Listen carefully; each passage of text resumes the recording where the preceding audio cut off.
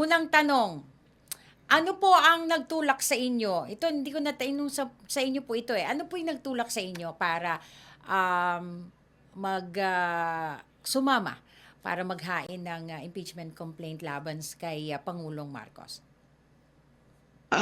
Alam mo, Mavic, alam ni Ellie Saludar ito dahil mayroon kaming podcast ni Ellie. Yes, yes, opo, As nabanggit niya. as early as 2023,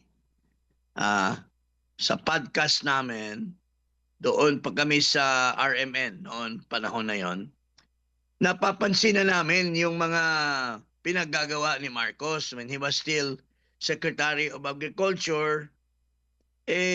Wala naman siyang silbi. Hindi naman siya pumapasok. At doon panahon na yon, grabe ang mga pangyayari. Tumaas ang presyo ng sibuyas. Tumaas ang presyo ng bigas. So, marami ng kabulastugan si Marcos. Tapos panay travel niya.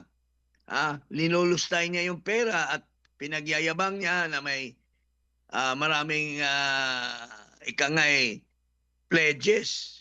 Pero yung pledges ay nagiging bato lamang. Wala talagang natatransform into real investments na makapagbigay ng manufacturing, mga trabaho na tunay na mabigyan ang ating mga